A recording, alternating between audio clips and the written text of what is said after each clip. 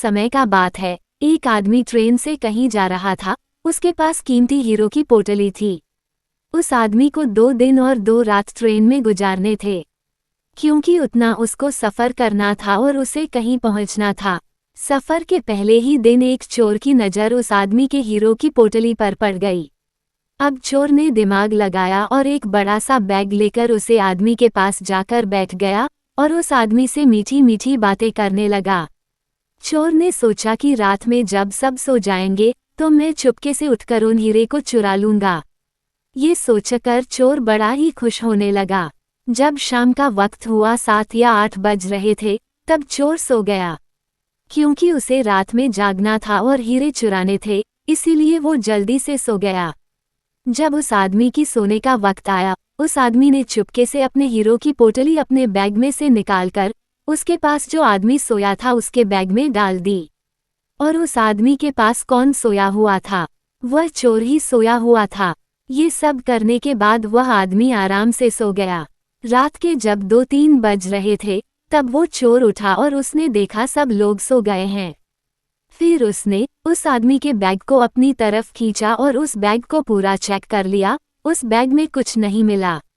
वो परेशान हो गया। सारी रात उसे आदमी के बैग को चेक करने के बाद जब उसे कुछ ना मिला, तब उसने देखा कि सुबह के 4 बजे रहे थे, तब वह सो गया।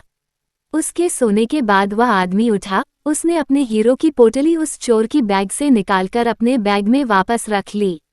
जब सुबह हुई और वो चोर सोकर उठा, उसने देखा कि हीरो की पोटली तो उस आदमी के पास ही है।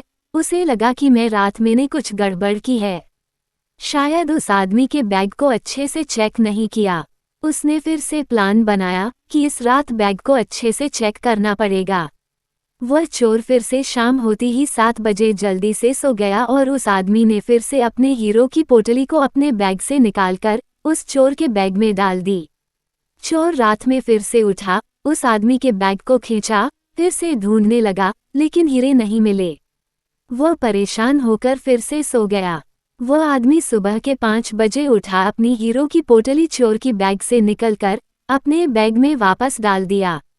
जब सुबह हुई, स्टेशन आया, वह आदमी स्टेशन पर उतरा तो चोर उसके पास आकर कहने लगा, मैं जिंदगी में कभी चोरी नहीं करूंगा, बस मुझे इतना बता दो कि हीरो की पोटली रखी कहाँ थी। उद्धरण चिन्ह। उस आदमी ने कहा, अरे मूर्ख, तू अपना सुख दूसरों की तरफ ढूंढ रहा था। अगर तू खुद के अंदर जाता तो तुझे सुख जरूर मिलता। अगर तू अपने गिरेबान में झांकता तो तुझे पता चलता कि तू चोर नहीं, मालिक था। वो हीरो की पोटली तेरे ही पास थी। दोस्तों, इस कहानी से हमें बहुत बड़ी सीख मिलती है। हमेशा अपना सुख दूसरों की तरफ ढूंढते रहते हैं और बहुत से लोग हमारी जिंदगी में आते जाते रहते हैं। कोई हमें सुख देता है तो कोई हमें दुख देता है। बहुत से लोग ऐसे होते हैं जो अपनी खुशी दूसरों पर निर्भर कर देते हैं। जबकि अगर आप खुद के अंदर झांकोगे, अपने खुद के गिरेबान में झांकोगे तो आपको किसी चीज़ की कमी महसूस नहीं होगी।